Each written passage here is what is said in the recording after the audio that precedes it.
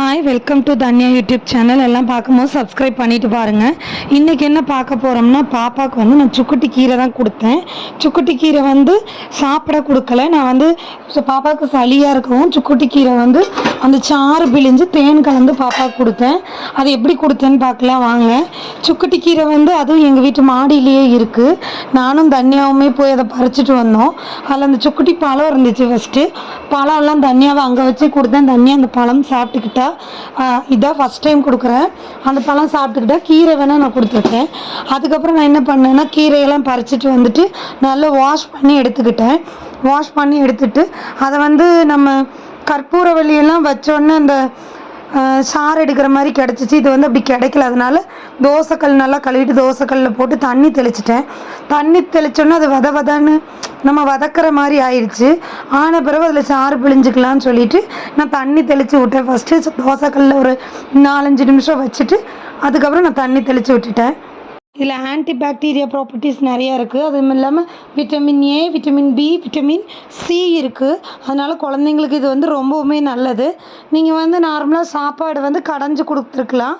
இப்படி யாரும் கொடுத்துருக்க மாட்டீங்க. ஆனால் வந்து எனக்கு பாப்பா 3 மந்த் பேபியாக இருக்கும் போதே ஒருத்தவங்க சொன்னாங்க. ஆனால் நான் அப்போல்லாம் கொடுக்கல. இப்போ தான் அவளுக்கு சளி வந்து ஒரு 3 டேஸாகவே கம்மியாகாமல் இருக்குன்னு ஒரு 2-3 மருந்து கொடுத்தேன். அதில் நல்லா ஒர்க் அவுட் ஆன ஒரு 4 மருந்து நான் ரெகுலராகவே நான் போடுறேன். அடுத்தடுத்த வீடியோவில் போடுறேன். பார்க்காதவங்க பாருங்கள்.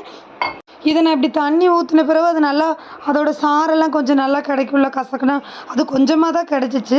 நானும் அந்த சாரை கொடுத்தேன் பாப்பாவுக்கு. சாரை ஒரு சங்கில் எடுத்துகிட்டு தேன் மிக்ஸ் பண்ணி கொடுத்தேன்.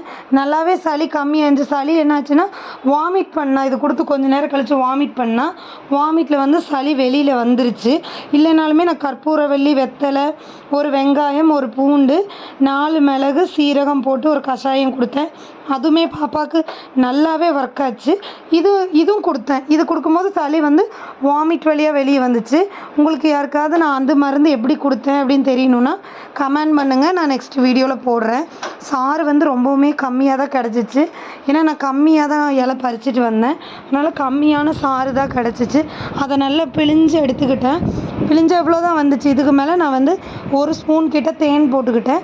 தேன் வந்து குழந்தைங்களுக்கு ரொம்பவுமே நல்லது. தேன் வந்து எப்பயுமே சளியை ரொம்ப சரி பண்ணும் குழந்தைங்களுக்கு. அதனால் தேன் நான் எடுத்துக்கிட்டேன். தேனை நல்லா மிக்ஸ் பண்ணி ஒரே தடவையிலே கொடுத்துடணும். அவள் குடிச்சிக்கிட்டா கொஞ்சம் கசக்கும். அவள் குடிச்சு உடனே வாந்தி எடுக்கலை. கொஞ்சம் நேரம் கழித்து அவள் வாந்தி எடுத்தா. சளி நல்லாவே நெஞ்சு சளி இருந்திருக்கும் போல் எல்லாமே வெளியில் வந்துருச்சு. நீங்களும் உங்கள் குழந்தைங்களுக்கு இதை ட்ரை பண்ணி பாருங்கள்.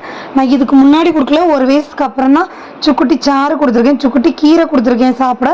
அதை விரும்பி சாப்பிட்டுக்குவா. கீரை வகை எல்லாமே என் குழந்தை விரும்பி சாப்பிட்டுக்குவா. இந்த வீடியோ பிடிச்சா மறக்காமல் சப்ஸ்கிரைப் பண்ணிடுங்க. தேங்க்யூ.